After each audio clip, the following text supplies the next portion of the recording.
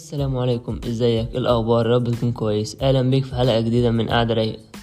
وحشتني جدا. إيه الاخبار؟ معلش، الفتره اللي فاتت فعلا الواحد كان مضغوط وعنده امتحانات، بس الحمد لله عدت على خير. وبعدين هو بنعمل حلقه جديده. مشكله في الميعاد، مش الواحد ما عادش ينفع يعمل كل اسبوع حلقه كده، بس هنحاول على قد ما نقدر يعني ننزل حلقات كده كل ما نبقى فاضيين. فتعالى بقى النهاردة نتكلم عن حاجة جديدة كده، ومش منتشرة أوي في مصر خصوصا، وفي العالم العربي عموما.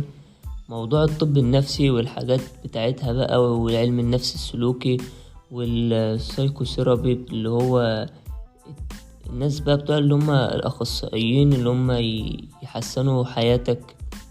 تعالى ناخد كده واحدة واحدة، ونبدأ بأول حاجة وأهم حاجة، واللي لازم نركز عليها، واللي لازم نهتم بيها أكتر علشان بعد كده ما نتلبس فيها. موضوع الأطفال. عندنا أول حاجة مشاكل النفسية بتاعت الأطفال كتيرة ومهمة، ولازم ناخد بالنا منها كويس بدري علشان لا قدر الله ما تبقاش مشكلة بعدين. فأول حاجة، وأكيد انت سمعت عن المرض ده كتير قبل كده، اللي هو ال ADHD، مرض فرط الحركة ونقص الانتباه، Hyper Activity and Inattention. فبتلاقي الطفل ده عنده Hyper Activity، بتلاقيه بيتحرك كتير، مش راكز في مكان واحد، دايما عايز يلعب ويجري وبيتشاقى كتير. المدرسين مش يعني ايه بالنسبة لهم مشكلة عشان بيتحرك كتير وبيعمل يعتبر مشاكل. فتلاقيه دايما نشيط وبيتحرك. inattention، نقص الانتباه، تلاقيه دايما مش مركز معاك، وعيه في حتة تانية، تلاقيه دايما مشغول، بيخرج من موضوع يدخل في موضوع تاني، عنده flight of ideas. فتلاقيه دايما مشغول وباله مشغول وعمال يفكر وسرحان ويتحرك كتير، وتلاقيه دايما مش مظبوط. وعلى فكرة ممكن يجي لوحده ان انت يبقى اصلا يعني ال ADHD يا اما يبقى ناقص الانتباه لوحده، او الحركة الكتيرة، او الاتنين مع بعض. هي اصلا كانت بزمان بسن معين تقريبا 7 سنين. دلوقتي الأجدد حاجات بتنزله ان انت المفروض تشخص ال ADHD عند سن 12 سنة. تلاقي أعراضه، هو طفل بيجي تلاقي دايما عمال يتحرك كده وتركيزه مش منتبه، ويعتبر بيجيب علامات قليلة في الامتحانات. اللي هو مش مسألة مش شاطر، لا هو شاطر وكل حاجة وبيفهم، بس تلاقيه دايما درجاته قليلة، ما بيواجه شوية صعوبة في الدراسة. فدي أول حاجة. تاني حاجة الأوتيزم أو مرض التوحد. ومرض التوحد ده من الحاجات المهمة جدا اللي بتلاقيها في الطفل. بس المشكلة إن حتى المرض ده أو ال ADHD أو أغلب الأمراض النفسية، الناس بتتكلم عليها على أساس إن المريض النفسي ده بقى مجنون وعنده حاجة وابعد عنه، لا وما تقربش منه وفي مشاكل. تلاقيه دايما مكبرين الموضوع وما بيحاولوش حتى يساعدوه ان هم يوجهوه للمكان الصح ولا اي حاجة. لا هو خلاص تعبان ومجنون وسيبك منه. فلين بس مرض التوحد بتلاقيه دايما ما بيتختلطش دايما بالناس، عنده التعامل مع الناس قليل، ما بيحبش يتعامل معاهم، ينزل يجرب، دايما عايش لوحده. بتلاقي الطفل ده مثلا مش متمسك بأبوه ومامته، يجوا يكلموه مثلا ما يبصش عليهم ولا يديلهم انتباه.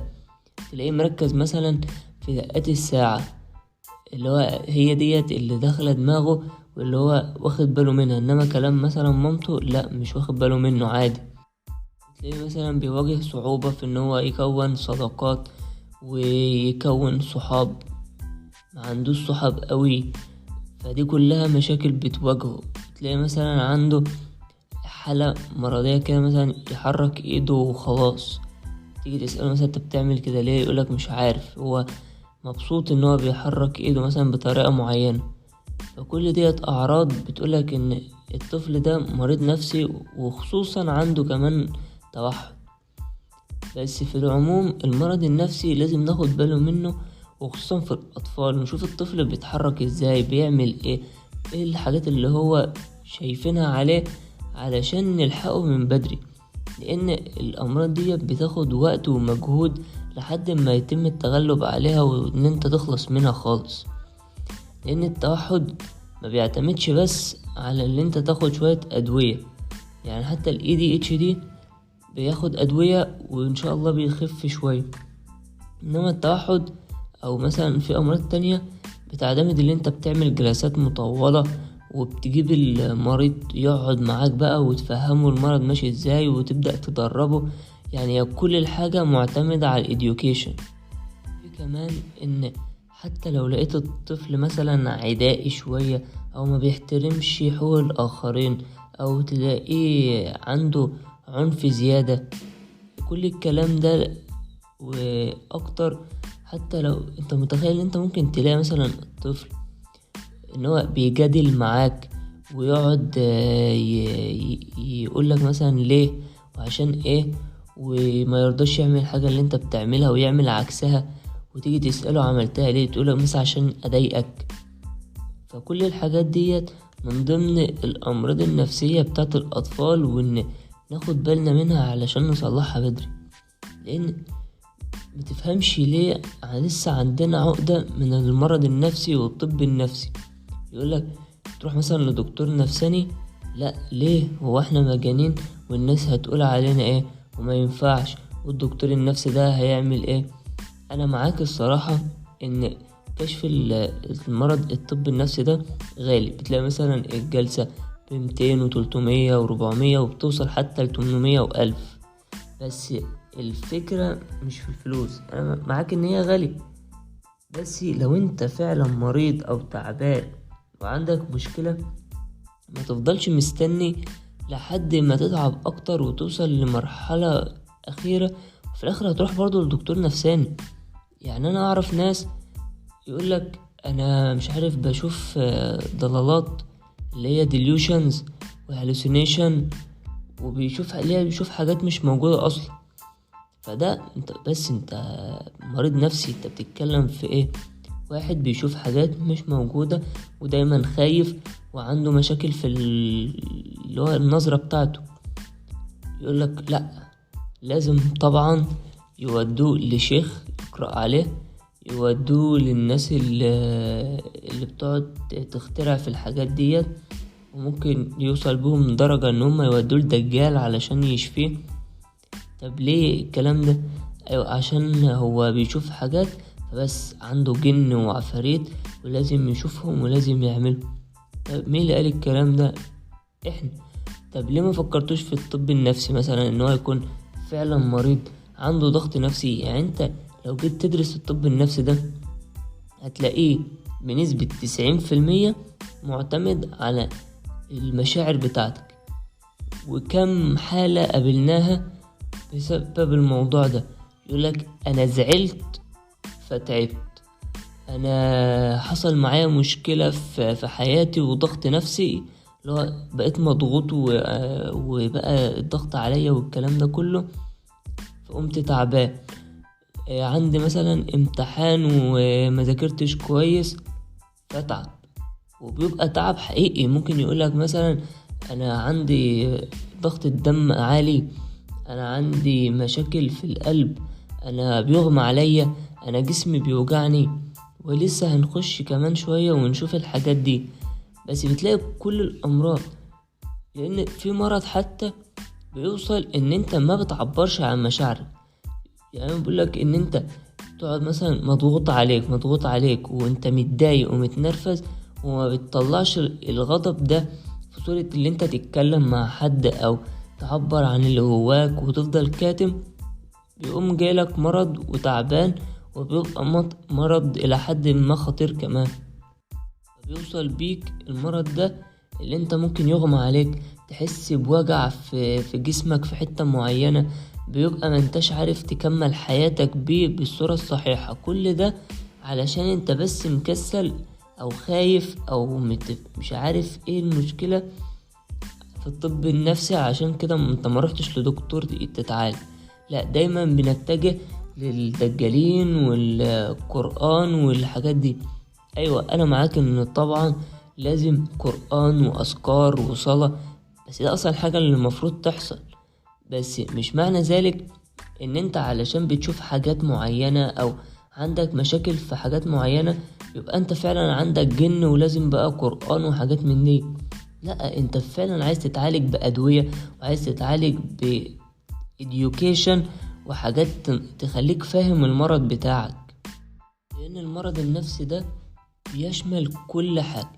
لو انت عندك مشاكل في اللي انت مثلا بتخاف في الاماكن العامة، بتخاف من حاجة من الاسانسير مثلا، بتخاف تقعد في مجموعات من الناس، لو مثلا عندك مشاكل في اللي انت عايز تمتلك الشخص اللي قدامك او تستحوذ عليه، لو بتعمل حركات لا ارادية. يعني مثلا انا كنت راكب قبل كده في عربية اللي هي بتاعت المواصلات، فتلاقي واحد كده عمال يحرك ايده في كل حتة ومش تحس ان هو مش مظبوط كده، ده مريض نفسي لازم يروح يتعالج. فأي حاجة بتعملها مختلفة من بقى اللي انت تبقى غير مبالي ومكبر دماغك ومش في دماغك اي حاجة ولا يعني مفيش حاجة بتزعلك بمعنى اصح، ولا حاجة بتفرحك، لا انت ولا في دماغك. وساعات بتبقى الدنيا مقلوبة والدنيا دمار وانت ولا في دماغك ومبسوط وفرحان ولا في اي حاجة. والعكس برضو بتلاقي الدنيا كويسة وانت مكتئب اللي هو الدبريشن. في مثلا حاجة زي السكيزوفرينيا، ده المرض اللي هو بتلاقيه زي بيحرك ايده كده ورجله ومشيته والحاجات ديت مش مظبوطة، تلاقيه مثلا مش مركز معاك، سرحان دايما، في مشاكل في التعلم وكل حاجة، حتى التفكير تلاقيه مثلا بيفكر في حاجات غريبة. ممكن الشخص ده يفتكر مثلا ان امه عايزة تقتله، الناس عايزين يقتلوه، في افكار دايما مختلفة وغريبة حتى انت كشخص طبيعي ما تصدقهاش. تلاقيه دايما بيخترع وبيحاول يعني مثلا نفسه الضحية، بيعمل حاجات كده مش تمام.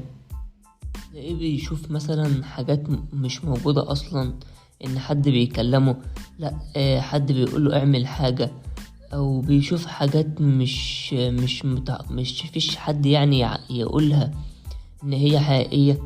يقولك ممكن مثلا انا بشوف واحد بيظهر وبيقعد يضحك لي ويكلمني كده، اللي هو الحاجات دي انت ازاي يعني؟ مين اللي بيطلع لك ده؟ الكلام بتاعه حتى بتلاقيه مش تمام، دايما متضايق ومخنوق وعايز يتعصب ويضربك مثلا، فدايما بيبقى منفعل كده. ومن الناحية التانية ممكن تلاقيه برضه ما متبلد المشاعر ومش في دماغه حاجة، ما عندوش طاقة، ما بيروحش مع الناس، ما بيبقاش سوشيال ويتعامل معهم وينزل ويخرج وكده. تلاقيه دايما حابس نفسه ومكتئب، حتى عنده ديبريسد مود. ده على فكرة من الحاجات الخطيرة جدا واللي لازم نهتم بيه. لو انت موجود معاه مثلا، اللي انت حتى لو هو مش راضي يروح للدكتور انت اللي تجبره، لان هو ده ممكن يرتكب مشاكل وممكن يقتل حد بسبب ان هو بيشوف حاجات مش موجودة او بيفكر تفكيرات هو بس اللي فاكرها. يعني هو مثلا ممكن يكون فاكر ان اخوه عايز يقتله او اخوه ده مش موجود او اي حاجة، ويقوم رايح في قتله. خلاص كل سنة وانت طيب. ليه؟ لان هو معتقد حاجة معينة وانت سايبه كده. ونيجي بقى للأس الكبير اللي تقريبا ما فيش واحد في العالم كله إلا لما قالك أنا مصاب بيه وعندي، اللي هو الاكتئاب. لازم تلاقي الشخص يقولك ده أنا مكتئب وعندي اكتئاب ومتضايق. المشكلة إن فعلا الناس بتستسهل الموضوع ده، بس لأ، أنت ما عندكش اكتئاب. الاكتئاب ده ممكن يستمر أسبوعين مثلا، يفضل كده مكتئب ومتضايق ومخنوق ومبيحسش بالفرح ولا بالحزن، ولا فارق معاه حاجة، ولا عايز يخرج، ولا عايز يشوف حد، وقافل عليه باب اوضته مثلا، ومش قافل عليه علشان يعمل حاجة، لا هو قافل عشان هو فعلا مش عايز يتعامل مع حد ولا يشوف حد ولا يعمل اي حاجة. فكون ان انت كده ماشي وبيستمر اكتر من اسبوعين، انما تلاقي مثلا ان الشخص اول ما يحصل له مشكلة او بعد مثلا يومين، ايه ده، انا متضايق شوية، بس انا عندي اكتئاب ومخنوق ومش قادر، ولازم اقول للبلد كلها ان انا مكتئب وكده. يعني حتى لما جينا ناخد احنا الحاجات ديت، تلاقي كل الناس انا عندي اكتئاب، انا عندي اكتئاب، انا متضايق، انا مكتئب. انتوا بتستسهلوا يا جدعان المرض. ايوه انت ممكن تكون، انا مقولش ان انت مثلا حياتك حلوة او كده، لا حياتك صعبة شوية، متضايق مخنوق، بس في الحدود المسموحة وفي الطبيعي، مش اللي هو مريض نفسي بقى وعندك اكتئاب ومش قادر تعيش وبتفكر في الانتحار والكلام ده. لا انت عادي لو مثلا حصل لك ظرف بيفرحك، يعني الشخص اللي بيقول على نفسه مكتئب ده، هل لو انا جبت له مثلا هدية او خرجته او عملنا حاجات حلوة او حصل اي حاجة تفرحه، هل هيفرح ولا هيزعل؟ الشخص المكتئب ده ما بيفرحش ولا حتى بيزعل بأي حاجة بتعملها. انت مثلا تخرجه وتلف بيه وتعمل كل حاجة، وتلاقيه برضو متضايق ومخنوق وعايز يكتئب ويقعد لوحده ولمدة اسبوعين. فبلاش نستسهل الموضوع ده ونقعد كل شوية احنا مكتئبين، احنا مخنوقين. ايوه يعني انت ممكن تقول مثلا انا عندي مشاكل، انا اي حاجة، بس ما تقولش انا مكتئب بس بالله عليك، عشان ربنا يسترها وفعلا المرض ده ما يجيلكش ولا تشوفه، لانه هو مش مرض سهل ولا حلو زي ما انت فاكر. خد بالك ان الدبريشن في حد ذاته بيختلف عن حاجة تانية اللي هو اسمها الجريف. انا مش عارف صح اسمها ايه بالعربي، بس ديت عبارة ان انت زعلان ومكتئب وبتعيط.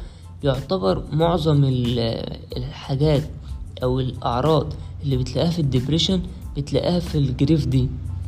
بس ايه بقى الفرق؟ ان الدبريشن ده دايما عايز يكتئب ومتضايق ومفيش اي حاجة بتفرحه ولا تزعله، ودايما حزن واكتئاب وخنقة طول الوقت.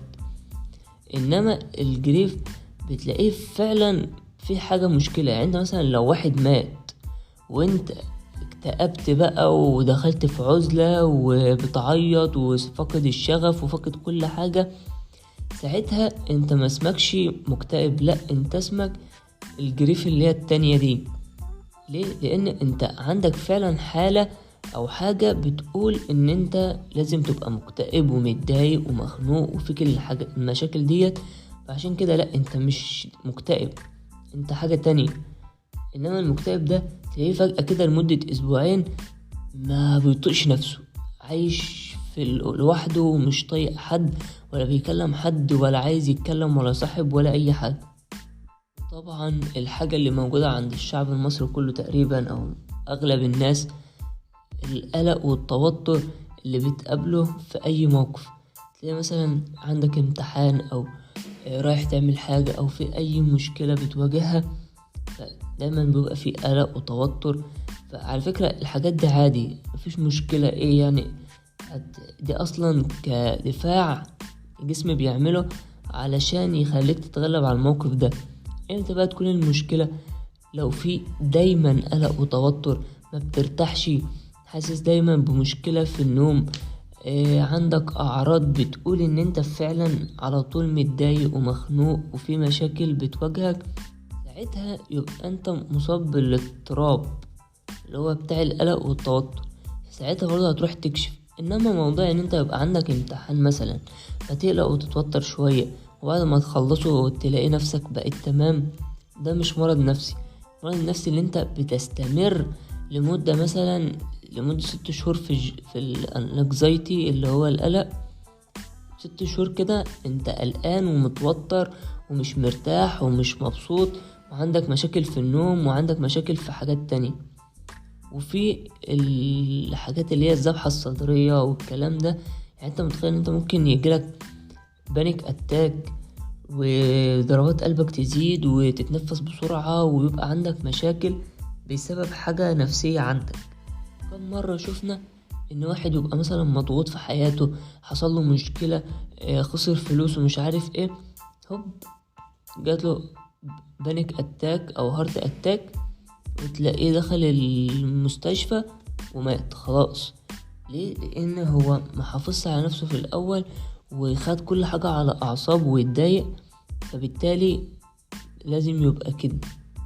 انت بجد لو عايز تتعلم حاجة واحدة بس من الطب النفسي او من النفسية عموما، الا وهي ان انت لما تبقى تعبان تروح تكشف. مفيش حل تاني، لان الموضوع ممكن يتطور معاك ويسبب لك مشاكل، وممكن يوديك في حتة انت مش هتبقى حتى مبسوط بيها، هتبقى مشكلة بالنسبة لك، علاجك هيبقى صعب، هتواجه مشاكل في حياتك، هتتأزم، هتبقى فيك حاجات ربنا يسترها عليك. فانت لو تعبان روح اكشف، ما تفضلش بقى مستني ومكبر دماغك، لدرجة ان انت ممكن تلاقي حتى العيان مثلا جاي للشخص او اي حاجة يقولك انا عندي مشاكل في ظهري ورقبتي ورجلي وايدي وفي كل حتة في جسمي، تيجي تعمل له اشعة وتحاليل او تشوف الحاجات اللي عنده تلاقيه لا تمام ومفيهوش اي حاجة. هتلاقي كل التحاليل بتقول ان هو سليم، مع انه هو بيتوجع ويقولك جسمه كله تعبني. او مثلا انا في حاجة في جسمي مش مبسوط منها، تلاقي مثلا يقولك انا مناخيري مش مبسوط منها كبيرة شوية، انا وداني مش عارف مالها، انا ايدي صابع رجلي مش تمام عايز اروح اغيره واظبطه. او مثلا انا عندي مرض خطير او عندي وجع في مكان معين. كل الكلام ده بيندرج تحت مسمى الاعراض اللي بتيجي نتيجة المرض النفسي. يعني انت ممكن تكون فعلا جسمك وجعك وركبتك تعبانة ومش قادر تمشي ولا تتحرك، تعمل التحاليل والأشعة وكل حاجة ممكن تتخيلها علشان تقول ان انت عندك مرض معين، يقولك لا والله انت ما عندكش حاجة. طيب انا تعبان من ايه؟ مفروض الدكتور بقى اللي بتكشف عنده يقولك ان ده سببه مرض نفسي، انت مثلا مكتئب، حصل مشاكل، عندك حاجة. وعلى فكرة انت بتبقاش مدعي، لا انت فعلا بتبقى حاسس بوجع وتعب شديد ومش متخيل ان هو ده بسبب الامراض النفسية او المشاكل او الحاجة اللي انت بتعملها في حياتك.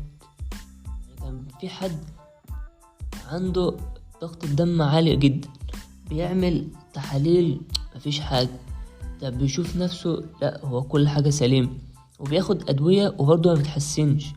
فين بعد فترة اكتشف ان هو من ضغط الشغل وان هو دايما شغال وضغط على اعصابه وفي كده، فبالتالي جاله رفع في ضغط الدم ومفيش اي حاجة مظبطاه غير لما بدأ بقى يتعلم ازاي يظبط شغله ونفسه ويعيش حياته كويس، ودايما ما يضغطش على نفسه ولا يكتئب ولا يعمل مشاكل، فبدأ الدنيا تتحسن عنده وتظبط.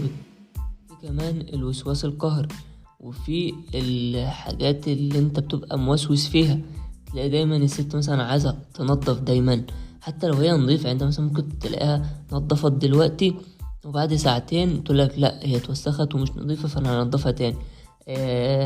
عارف انت الناس اللي بتبقى تنزل من بيتها يقولك هو انا سايب باب الشقة مفتوح ولا مقفول؟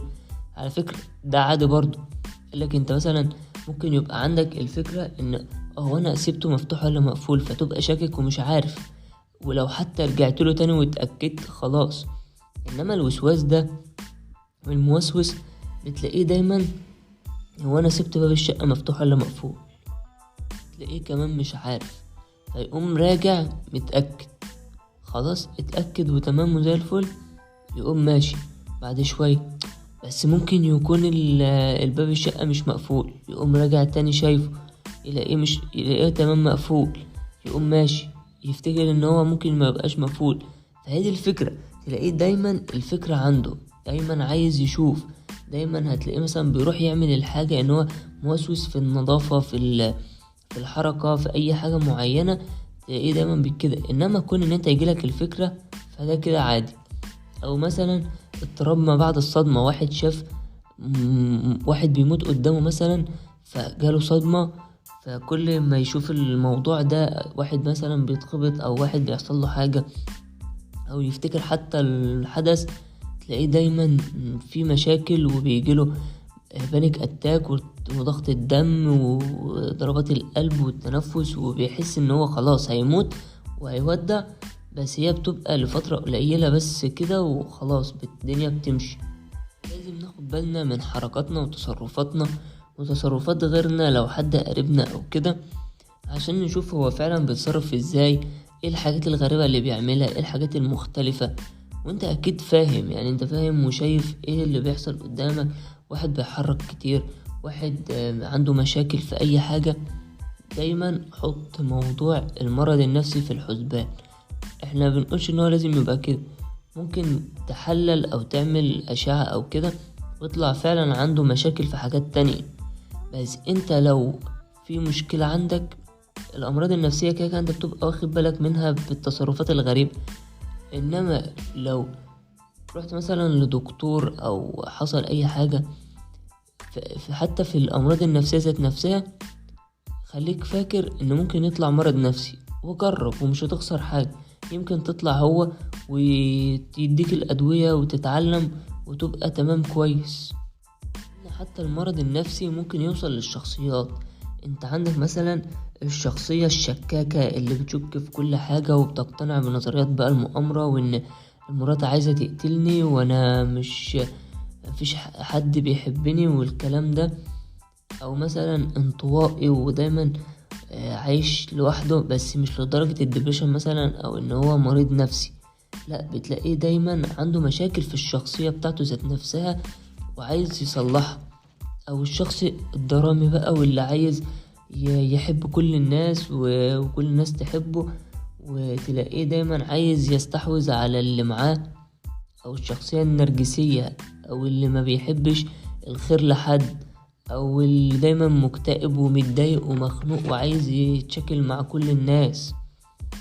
او زي مثلا فيلم بلبل حيران، البنت اللي هي كان بيحبها، اللي هي كانت دايما معتمدة عليه وعايزة كل القرارات هو اللي ياخدها. الناس دي حتى بتوصل معاهم الدرجة ان هما مش عايزين يقولوا لأ او يعترضوا على الشخص اللي قدامهم عشان ما يخسروهوش ولا يخسروا دعمه ولا حتى قراراته. عايزين دايما هما اللي الناس التانية اللي تاخد القرارات لهم وتفكر لهم وتعمل لهم كل حاجة هما عايزينها وهم قاعدين. لدرجة ان هو ممكن توصل اصلا للايتنج ديس اوردر او مشاكل في الاكل. تلاقي الشخص مثلا مش عايز ياكل خالص مع انه جعان. هو ما بقولكش ان هو مش جعان، لا، هو جعان وعايز ياكل وبيحب الاكل، وممكن يقعد ساعتين يفكر في الاكل ويعمل وصفات بقى واكل حلو ومش عارف ايه. بس عنده مشكلة ان هو دايما شايف نفسه تخين او جسمه مش مظبوط، فدايما يمتنع عن الاكل ومش عايز ياكل، ولو كل يبقى بأضيق الحاجات وكميات قليلة جدا، فاكر ان هو كده الصح او ان كده يعني حاجة تمام. لا، انت كده يا ابني ما بتاكلش، انت كده هيبقى عندك مشاكل في السكر والضغط وكل وظائف جسمك هتبوظ بسبب ان انت ما بتاكلش. وساعات تلاقيهم بياكلوا كتير جدا، تلاقيه مرة واحدة كده جايب مثلا كل الاكل وقعد ياكل ياكل ياكل ومش قادر يوقف نفسه ولا يسيطر على نفسه. فيعمل ايه بقى علشان يتجنب ان هو لا انا تخين ولازم اكون رفيع وما اكلش؟ يقوم عامل لنفسه وسيلة يتخلص بها من الاكل ده، زي الترجيع او التقيؤ، ان هو يرجع كل الاكل اللي كله تاني علشان يبقى كده تمام ويطهر نفسه ويشيل كل الاكل اللي موجود عشان ما فيش حاجة تتخنه. فده اصلا بيسبب له مشاكل في المعدة ومشاكل في الاسنان ومشاكل في الغدد بتاعته وكل حاجة. وفي نوع تاني من الامراض بتاعت الاكل، ان هو عادي بتلاقيه بياكل وبراحته ومفيش اي مشكلة وجسمه تمام، بس شايف ان هو برضو تخين او جسمه مظبوط بس عايز يخس، فبيقوم بيحاول برضو يرجع الاكل تاني. فكل ده مشاكل أمراض نفسية. انت متخيل عندك مشاكل في الأكل؟ يعني انت ايه المرض النفسي اللي ممكن تتخيله في الأكل؟ لا، في مرض نفسي للأكل والشخصيات والحياة عموما وفي كل حاجة. فدايما خد بالك من نفسك ومن تصرفاتك. ولو حتى انت اللي كنت مريض نفسي او حاسس بمشاكل، سواء بقى قلق، توتر، اكتئاب، اي حاجة من الحاجات ديت، او تعرف حد قريبك او صاحبك او كده، دايما فكر في موضوع المرض النفسي، ممكن هو اللي ينجدك ويصلح لك حياتك. لان كام مرة تلاقي ناس مثلا مرضى نفسيين ويروحوا للدكتور وياخدوا العلاج ويخفوا الحمد لله وبيبقوا تمام. مش عايز بقى تفضل قاعد كده ومستني ومكبر دماغك لحد ما يحصل لك مضاعفات، ولا قدر الله توصل بيك الدرجة لحتة مش كويسة وحتة مش حلوة. لان لازم تخاف على نفسك، انت صحتك ديت وجسمك وحاجاتك، اذا ما كنش انت اللي هتحافظ عليها وتخاف عليها وتهتم بيها، محدش هيهتم بيها ولا ياخد بالك منك. انت اللي لازم تشوف الحاجة دي كويس وتاخد القرار. ولو حتى انت ما انتش عارف تاخد القرار، اديه لغيرك، اخوك مثلا، حد قريبك. دايما انشر ان والله ممكن يكون فعلا مرض نفسي، والمرض ده مش اللي هو بقى مجنون والاساطير اللي بنسمعها عنه. لا، ديت امراض زي اي مرض، زي الضغط، السكر، التعب الجسم، فكلها بتندرج تحت مسمى الامراض او التعب اللي بتحصل لك. حتى لو كنت مخطوب او مخطوبة او حتى متجوزين، الناس ديت ما تفضلش بقى مستني وتقول لا انا هصلحه ومش وهبوظ الدنيا وهخليه هو الشخص الجميل الخالص. لا، لانه مريض نفسي. كون ان انت ماشية معاه وخلاص، او بتحاولي مثلا تديله كلمتين، هو ده مش هيعمل معاه حاجة. هو ده لازم له علاج ولازم له دكتور ولازم له كده. كون ان انت مش عايزة تسيبيه، ده ماشي، حقك وحقه واللي انتوا عايزينه، بس ما تضغطش على نفسك ولا تضغطي على نفسك علشان خاطره. لا، قولوا له روح للدكتور وشجعيه على كده وتهدديه ان انت هتسيبيه، علشان بعد كده هيعذبك ويصرف كل الفلوس على حاجات معينة، وهيبقى سبب في مشاكل البيت ومشاكل في الدنيا، بسبب ان انت ما اهتمتيش من الاول ان هو هل هو مريض نفسي او عنده مشاكل في الشخصية او عنده مشاكل في اي حاجة ولا لا. لازم تاخد بالك وتحط الموضوع ده في دماغك قبل ما تاخد الخطوة دي، لان اللي هيتجوز خلاص هو كده لبس، ما ينفعش يغير. فحتى لو انت متجوز بقى تبدأ تتابع مع الدكتور، بس الفكرة في الجواز ان انت اللي هتبقى مهتم وتتابع مع الدكتور وتوديه. انما في الخطوبة يابا انت مش عايز تروح او مكبر دماغك، انا مش هتعب في نفسي، وده اللي المفروض يحصل. ومحدش يقدر يلومك ولا يقولك اي حاجة ولا حتى يقولك اي حاجة، لان انت مش مطالب ان انت تكشف عليها ولا ان انت بقى تصلح لها حياتها. لا، تبقى معاها تشجعها ان هي مثلا والله ده المفروض انت تروحي للدكتور وتشوفيه ومش عارف ايه، وتشجعها وتاخد بالك منها وتوديها وتجيبها وتعمل كل حاجة. انما لو هي فعلا مريضة نفسية او انت مريض نفسي ومش عايز تروح للدكتور ولا عايز تتعالج ولا عايز تعمل اي حاجة، فما ينفعش الشخص التاني يستحمل ويضغط على نفسه عشان خاطرك. ليه يعني؟ وفي النهاية خد بالك من نفسك واهتم بصحتك وحياتك، ودايما خد الامور بالهداوة وما تضغطش على نفسك جامد، ومشي الدنيا علشان لا قدر الله ما يحصلكش حاجة. لان اكتر حاجة بتسبب الامراض والمشاكل وانت كده عارف كده هو الضغط والحاجات اللي بتيجي عليك، واللي انت دايما شايل الحمل فوق ظهرك وما بتعبرش عن مشاكلك والحاجات دي. فخد الدنيا كده بهدوء، وكلها اصلا كام سنة وهتموت، فيا تعيشهم كويس يا تعيشهم وحش. فانت اختار الحياة اللي هتمشي بيها، ويا رب تفضل دايما بصحة وحياتك كويسة. وفي النهاية انا بشكرك جدا انك كملت الحلقة للاخر، وبعتذر تاني ان انا بقالي كتير ما عملتش حلقة، وان شاء الله نحاول كل ما نبقى فاضيين كده نعمل. وبس كده، احلى مسا.